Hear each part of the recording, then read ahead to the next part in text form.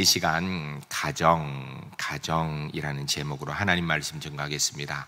코로나19가 창궐하는 가운데에도 시간은 계속해서 흘러갔습니다. 그래 드디어 이제 5월 달이 되었고 5월 달은 가정의 달이라고 우리가 다 알고 있습니다. 특별히 오늘은 교회력에 따라서 어린이 주일입니다. 우리 자녀들 위하여서 많이 기도해 주시고요. 가정의 달은 가정의 달답게 보냈으면 좋겠습니다. 우리가 가정하면 우리가 가정에 속하지 않은 사람이 어디 있겠습니까? 다 속했는데 정작 성경이 얘기하는 가정의 정의가 무엇인가 이렇게 물으면 바로 대답할 사람이 별로 없습니다. 교회 정의가 무엇냐 그러면 그래도 많은 사람들이 교회는 이런 것이다 이렇게 얘기를 하는데 정작 가정에 대해서 물으면 잘 모르는 경우가 많아요. 왜냐하면 잘 들어보지 않았고 또 성경이 얘기하는 가정이 어떤 것인가에 대해서 가정의 정의에 대해서 별로 생각하지 않았기 때문입니다. 오늘 본문을 근거로 하여서 가정이 도대체 무엇인가에 대한 말씀을 듣고자 합니다.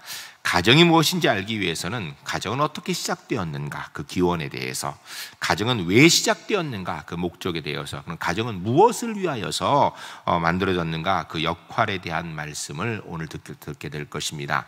말씀을 들으면서 한번 생각해 보시기 바랍니다. 내가 생각하는 가정과 성경이 말씀하고 있는 가정에 무슨 차이가 있는가? 나는 하나님이 원하시는 가정으로 이루기 위해서 무슨 노력을 하고 있는가 돌아보시는 가운데 우리 울산제일교회 성도님들 한 분도 빠짐없이 하나님이 허락하신 은혜의 복을 누리는 주의 역사를 이루는 믿음의 가정의 주인공들이 주 안에서 꼭 될 수 있기를 주의 이름을 간절히 축복합니다. 첫 번째 따라하겠습니다. 가정은 하나님께서 시작하신 공동체입니다. 세상에 여러 모임들, 공동체들이 다양하게 있는데요. 누가 그 공동체를 시작하였는가 따라서 그 공동체의 가치와 목적이 달라지지요. 물론 별거 아닌 사람이 시작한 그냥 공동체가 이렇게 굉장한 영향력을 미치는 경우는 있지만 그건 특별한 경우요. 일반적인 경우에는 누가 시작하는가 그 사람이 별거 아니면 그 공동체는 사실 별거 아닐 확률이 높고요. 그 사람이 대단하면 그 공동체가 대단할 확률이 높습니다. 그럼 가정은 누가 시작하였는가? 가정이라는 공동체는 오늘 본문에 답이 있습니다. 우리가 26절부터 28절까지 읽으실 텐데 읽으시면서 누가 가정을 시작하셨는가? 왜 시작하셨는가? 뭘 원하시는가 생각하면서 26절부터 28절까지 함께 읽겠습니다.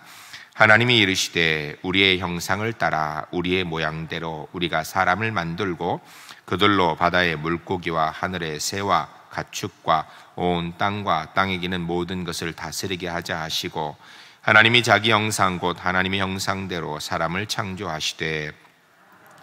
창조하시고 하나님이 그들에게 복을 주시며 하나님이 그들에게 이르시되 생육하고 번성하여 땅에 충만하라 땅을 정복하라 바다의 물고기와 하늘의 새와 땅에 움직이는 모든 생물을 다스리라 하시니라. 아멘. 26절에 먼저 이야기하기를 사람은 하나님의 형상에 따라 하나님이 만드셨다고 이야기합니다. 여러분 우리가 학교에서는 사람이 어떻게 생겼다고 배웁니까? 진화론을 배우죠. 어떻게 생겼다고 사람을 이야기하는가? 정리해보면 이래요. 어느 날 이 단세포 하나가 어떻게 하다가 이렇게 두 개가 되고 이렇게 합쳐가지고선 그 안에 세포 분열이 나서 다세포 생물이 되고 그것이 발전하다 보니까 어느 순간에 어떻게 하다 보니까 실수로 물고기가 되고 그게 어떻게 하다 보니까 땅 밖에도 좀 나가볼까? 이러다가 물 밖에도 어떻게 나가게 되고 물 밖에 물 안에 같이 사는 양서류가 됐다가 아이고 물 안에가 보다 물 밖에가 더 낫구나 이렇게 물 밖에 사는 포유류가 됐다가 그것이 어떻게 발전해가지고선 원숭이가 됐다가 그 원숭이가 어떻게 하다 보니까 사람이 되어서 사람이 되었다. 학교는 이렇게 가르쳐요. 여러분 어떻게 하다 원숭이가 된 게 어떻게 하다 원숭이가 사람이 된 그게 여러분이었으면 좋겠어요. 하나님께서 뜻과 계획을 가지고 창조하신 게 여러분이었으면 좋겠어요. 저는요 그냥 그 생각만 해도 그냥 하나님이 창조하신 거 훨씬 좋을 것 같아요. 그런데요 창조는 성경에 분명히 기록되어 있는데요 진화는요 기록도 없고요 엄밀히 얘기하면 전혀 과학적이지 않습니다. 진화가 만일에 과학적이려면 아주 간단하게 원숭이부터 사람이 됐다 그러면 그 중간에 뭔가 좀 있어야 될 거 아니에요. 원숭이 비슷한 사람, 원숭이하고 사람 중간쯤, 사람에 가까운 원숭이, 그러면 사람, 이게 좀 있어야 될 거 아니에요. 없거든요. 그냥 원숭이는 원숭이고 사람은 사람이에요. 중간 다 어디 갔어요? 엄밀히 얘기하면 진화는 과학적이지 않습니다. 그냥 상상하고 추론한 거예요. 답답하게 학교에서는 그걸 가르쳐요. 성경은 명확하게 얘기합니다. 사람은 하나님의 형상에 따라서 하나님이 만드셨다고. 근데요, 그 다음 말씀은 27절에 하나님께서 그냥 사람 하나만 딱 만드신 것이 아니라요, 특별히 기록하기를 하나님께서 하나님 형상에 따라서 남자와 여자를 만드셨다고 얘기를 해요. 왜 하필이면 2사람, 10사람 이렇게 만들었다라고 남자와 여자라 그랬을까요? 남자와 여자가 모여서 가정이 되기 때문이에요. 그래서 하나님께서 첫 번째 가정을 시작하셨다라고 말씀하시는 겁니다. 그리고 시작한 그 가정에 28절에 복을 주시고, 그러니까 남자와 여자에게 복을 주시고 생육하고 번성케 하시고 땅에 충만하라 하시고 땅을 정복하라 하시고 바다의 물고기, 하늘의 새, 땅에 움직이는 모든 생물을 다스리라, 이렇게 말해요. 하나님께서 창조하신 첫 번째 가정 위에 복을 주셔서 하나님의 역사를 이루게 하신 게 이게 가정이라는 겁니다. 여러분, 사람은요 어찌하다 보니까 진화돼서 만들어진 존재가 아니에요. 하늘에서 뚝 떨어진 존재도 아닙니다. 하나님께서 특별한 섭리와 목적을 가지고 창조하신 게 사람이고 가정입니다. 남자와 여자를 창조하셨다라고 특별히 이야기하는 건 가정을 하나님께서 시작하셨다라는 것을 말씀하는 겁니다. 성경을 보게 되면 하나님이 창조하신 공동체가 2종류가 나옵니다. 딱 2가지밖에 없어요. 첫 번째는 예수 그리스도의 십자가의 은혜를 통해 시작된 교회, 바로 저와 여러분이 교회죠. 예수님 믿는 사람들. 두 번째는 하나님이 직접 창조하여서 시작하신 가정. 이 2가지밖에 없어요. 나머지는 사람들이 만들어낸 거지. 그러나 교회와 가정은 하나님이 시작하신 거예요. 특별한 의미가 있습니다. 왜 시작하셨는지, 뭐 때문에 시작하는지 우리가 알아야 됩니다. 그런데요, 여러분, 가정이 먼저입니까? 교회가 먼저입니까? 그러면 신앙생활 잘한다는 사람 생각할 때 교회가 먼저죠, 이럴 수가 있는데요, 사실 이것은 교회가 닭이 먼저냐 계란이 먼저냐 이 얘기가 똑같아요. 여러분, 닭이 먼저입니까? 계란이 먼저입니까? 예수 믿는 사람은 닭이 먼저라 그러는 거예요. 왜요? 하나님이 알로 만드시지 않고 동물을 만드셨어요. 그러니까 닭이 먼저죠, 당연히. 뭐 그걸 고민해. 닭이 먼저예요. 여러분, 가정이 먼저입니까? 교회가 먼저입니까? 성경을 보면 창조 순서가 어떻게 돼요? 교회가 먼저 아니고 가정이 먼저예요. 가정을 창조하시고 나서 이 땅을 움직이는 가운데 이 가정을 통하여서 이루어 가실 하나님의 역사가 부족함이 보이니까, 죄인된 인간에 문제가 생기니까 그것을 보완하게 만든 게 사실은 교회라고 얘기할 수 있어요. 그래서요, 가정에서 행복하지 못하면서 신앙생활 똑바로 하기는 어렵다라는 결론에 이를 수밖에 없습니다. 여러분, 우리가 예수 잘 믿으려면요, 가정에서 가정생활 먼저 똑바로 해야 돼요. 아이고, 집안 신경 쓰고 언제 교회 일 하냐고. 더 부지런해야 돼요. 안 믿는 사람은 안 해도 될 거 더 열심히 하고 더 잘해서 가정에 문제 없도록. 집은 그냥 수세 뭉탱이처럼 해놓고 나와가지고 교회 일 한다 이러면 안 돼요. 더 일찍 일어나서 잠 줄이고 이렇게 해가지고 해놓고 문제 없이 깔끔하게 해놓고 그리고 나와 교회 일 해야 되는 거예요. 이게 하나님 뜻이에요. 남자와 여자가 사랑해서 행복하게 살기 위해 시작한 게 가정이죠. 그런데요, 남자가 여자가 행복하려고 시작한 게 성경을 보면 가정이 그렇게 시작된 게 아니고요, 하나님께서 시작하신 것이 가정입니다. 그러므로 하나님이 시작하신 가정은 거룩한 하나님의 역사를 이루는 그런 곳이 돼야 되고요, 하나님의 일에 능력이 있는 곳이 가정이 돼야 됩니다.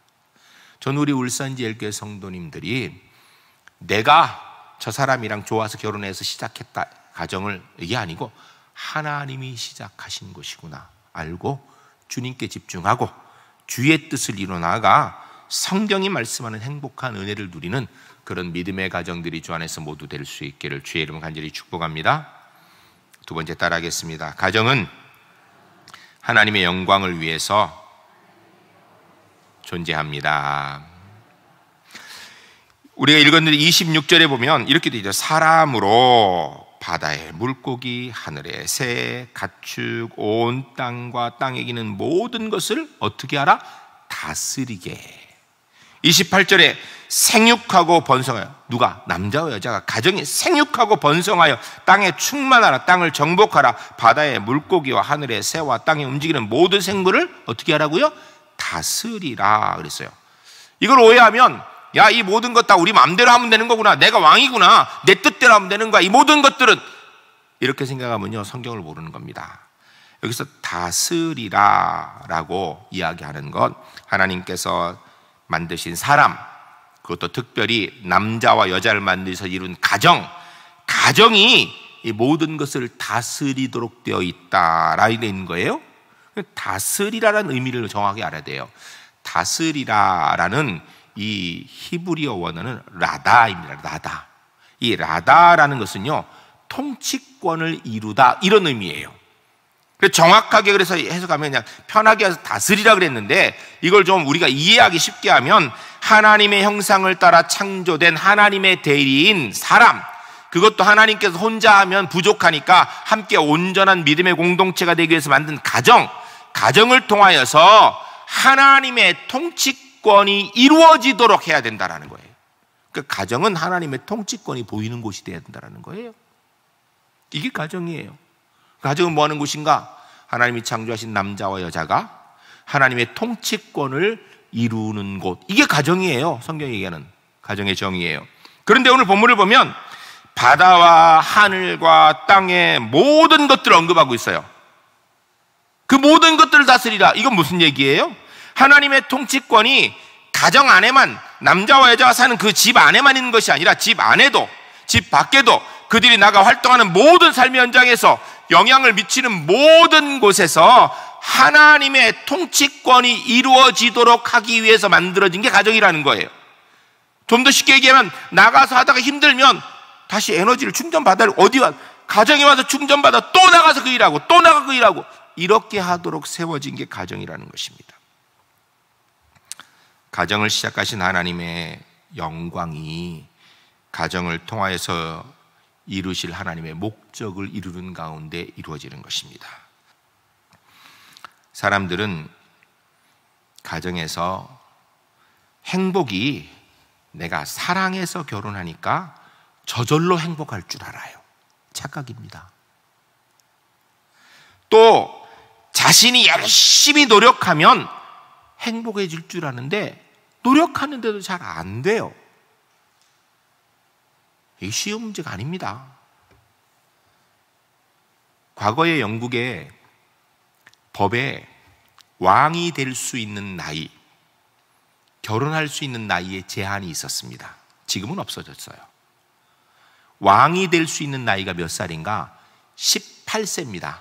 그러니까 왕이 계승권자라도 18세가 안 되면 왕이 못 되는 거예요. 그럼 결혼할 수 있는 나이 몇 살인가? 20살이었어요. 무슨 이야기예요? 왕이 되는 것보다 결혼하는 게 더 어렵다라는 이야기예요. 나라를 다스리는 것보다 가정을 행복하게 이루는 것이 더 힘들고 더 중요한 일이라는 거예요. 그래서 2살 더 나이가 먹은 사람이 하도록 한 거예요. 러시아의 격언에 이런 얘기가 있습니다. 사랑하는 아들이 배를 타고 항해를 가면 그 아들을 위해서 하루에 한 번 기도하고, 사랑하는 아들이 전쟁터에 나가 전투에 참여하게 되면 하루에 2번 기도하고, 사랑하는 아들이 결혼하여 가정을 이루려면 그 아들을 위해서 하루에 3번 기도하라 라고 얘기해요. 이게 러시아의 격언이에요. 무슨 얘기예요? 항해하는 것보다, 전쟁에 나가는 것보다 결혼하는 게 훨씬 더 위험한 일이라는 얘기예요. 더 소중한 일이라는 거예요. 항해에 승리하고 전쟁에 승리하는 것보다 결혼에 행복하는 게 더 어렵다는 이야기예요. 근데 우리는 그저 2 사람 사랑해서 결혼하면 행복할 줄 알아요. 근데 아니거든요. 영국에 있었던 이 법이나 러시아의 격언이나 가정이 얼마나 소중하고 가정의 행복이 얼마나 이루기 힘든지, 얼마나 애를 써야 되는지 말해주는 예들입니다. 가정의 행복은 두 사람이 서로 좋으면 저절로 되는 것이 아니라 남자와 여자가 가정을 시작하신 하나님의 뜻에 따라서 하나님의 통치권을 이루기 위해서 애를 쓰고 하나님의 영광을 드러내야 진짜 행복한 가정이 이루어진다라고 성경이 이야기하는 것입니다. 요사이 시대 변화가 굉장히 빠릅니다. 세계가 다 변하고 있어요. 문화도 변하고 자연도 변하고 국제 질서도 변하고 가치 기준도 변합니다. 하루가 다르게 변해요. 너무 빨리 변해서 따라가기가 힘들 정도입니다. 그런데 사실은 그런 건 빨리 변해도요, 좀 지나면 적응이 되고요, 또 못 따라가도 크게 문제 없어요. 그냥 못 따라하는 것 뿐이지. 그러나 가정은 변하면 안 되는 거예요. 성경이 말씀하고 있는 가정의 근본적인 생각은 바뀌어서는 안 됩니다. 가정이 변하고 붕괴되면 인류가 고통을 당하게 되고 불행하게 되는 것이에요. 가정의 파탄은 결국 사회적 문제를 일으키게 되는 것입니다. 사회의 치료를 필요한 것이 어딘가? 그게 가정이에요. 사회의 문제를 해결할 수 있는 것이 어딘가? 그게 가정이에요. 근데 현대 가정이 파괴되고 현대 가정에 문제가 많으니까 사회 문제가 해결이 안 되는 겁니다. 나라를 나라답게 만들기 위해서는요, 가정에서부터 똑바로 돼야 되는 거예요. 우리의 신앙을 정리해 놓은 요리문답이라는 것이 있는데 거기에 첫 번째 질문이 뭔가?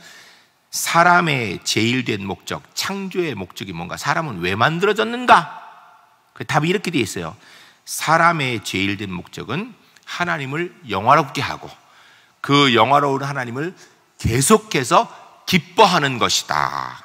이게 사람의 창조 목적이에요. 그러니까 하나님을 영화롭게 하고 하나님을 계속 기뻐하면은 영이 즐겁고 육신이 강건해지고 삶이 행복해질 수 있다는 거예요. 저는 우리 울산제일교회 성도님들이 가정에서 남편과 아내가 손을 붙들고 하나님을 영화롭게 하고 그 영화로운 하나님을 기뻐하고 그 하나님의 통치권을 삶의 현장에서 이루어 나가는 그런 은혜로운 믿음의 가정, 그 가운데 천국의 행복을 누리는 은혜의 가정들이 주 안에서 모두 될 수 있기를 주의 이름으로 간절히 축복합니다. 세 번째 따라하겠습니다. 가정은 회복을 위한 영적 공동체입니다. 우리가 28절 말씀 같이 읽겠습니다. 읽으실 때 주님, 이런 가정 되기로 합니다. 이렇게 되게 하여 주시옵소서. 기도하는 마음으로 28절 읽겠습니다. 하나님이 그들에게 복을 주시며 하나님이 그들에게 이르시되 생육하고 번성하라, 땅에 충만하라, 땅을 정복하라, 바다의 물고기와 하늘의 새와 땅에 움직이는 모든 생물을 다스리라 하시니라. 아멘. 할렐루야. 할렐루야. 저는 오늘 우리 울산제일교회 모든 성도님들 28점에 말씀하고 있는 은혜의 복이 우리 성도님 개인과 가정 위에 온전히 이루어지는 은총이 있으시기를 주의 이름 간절히 축복합니다. 그런데 하나님께서 그들에게, 남자와 여자에게 가정에 복을 주시면서 뭐라고 말씀하셨는가? 생육하고 번성하여 땅에 충만하라, 땅을 정복하라, 바다의 물고기, 하늘의 새와 땅에 움직이는 모든 생물을 다스리라 라고 말씀하셨어요. 이 내용을 보면요, 다 뭔가 명령형이에요. 명령형. 무슨 이야기예요? 명령형은 저절로 되는 게 아니에요. 그 명령을 따라 움직이고 애쓰고 노력해야 되는 걸 얘기하는 거예요. 그게 명령이죠. 하나님의 뜻을 이루기 위해서 노력하고 하나님의 뜻을 맞추기 위해서 애쓰고 노력해야 된다라는 거예요. 그런데 참 감사하게 30절 말씀 제일 후반에 보면 그대로 되니라. 하나님의 말씀에 따라서 주님의 통치권을 이루기 위하여서 하나님이 주인인 줄 알고 하나님께 영광 돌리고 하나님을 기뻐하며 사는데, 그게 완벽하지 않아도 그렇게 애쓰고 노력하는 가운데 주님이 그렇게 되도록 만들어 가신다라는 것입니다. 가정은요, 하나님이 허락해 주신 가장 소중한 복의 현장입니다. 결혼은 인간의 행복과 번영과 건강을 위한 하나님이 친히 고안하신 최고의 복지제도입니다. 요새 혼자 사는 사람들이 자꾸 늘어나는데요, 그거 절대로 행복하지 않습니다. 사람은요, 결혼해야 진짜 행복한 복지제도를 누리고 하나님 만드신 복지를 누리는 거예요. 그러므로 결혼이 진정한 행복한 모습이 되기 위해서는요, 하나님 중심의 결혼 생활을 해야 되는 거예요. 하나님이 없는 결혼 생활, 행복한 삶이 될 수 없습니다. 왜냐하면 하나님이 제정하신 결혼의 원리대로 살지 않으면 부작용이 생길 수밖에 없습니다. 하나님 없는 가정은 생애 무의미한 일을 하다 종착역에서 해체돼 버리는 공동체일 뿐이에요. 결혼 제도를 제정하신 하나님의 뜻에 따라 사는 게 이게 행복한 거예요. 세상에서 지치고 영육간에 문제가 있어서 막 아픈 사람들이 회복되어지는 곳이 어디야 되는가? 그 가정이라는 거예요. 왜 그런데 지치는가? 목적대로 사용하지 않으니까. 목적대로 사용하지 않으니까. 또 사단이 끊임없이 공격하니까 처음에는 좋은 것 같은데 나중에는 지치고 쓰러지는 거예요. 가정은 이런 모든 것으로부터 다시 회복되어지는 것, 하나님의 창조의 질서에 다시 한번 우리가 집중하도록 만들어진 곳이 가정입니다. 왜 둘이 있는가? 남편이 힘들면 아내가 도와주고, 아내가 힘들면 남편이 도와주고, 그래서 하나님께 집중할 수 있도록 만드는 것, 이게 가정이라는 것입니다. 하나님께 집중해야 회복되고 이기고 견디고 승리합니다. 그런데 사람들이 이걸 잘 모르니까 돈에 집중하고 건강에 집중하고 명예에 집중하다 보니까 결국은 시큰 열심히 살았는데 나중에 마지막에 뭐라 그래요? 허무하다고, 후회스럽다고. 당연하지요. 하나님이 본래 창조하신 뜻대로 하지 않았으니까. 가정은 가장 정적인 공동체이면서 또한 동시에 가장 영적인 공동체입니다. 가정은 하나님의 영광을 함께 바라보도록 만든 영적 공동체입니다. 그래서 가정에서 행복하지 못하면요, 다 소용없어요. 중국 격언에 이런 말이 있습니다.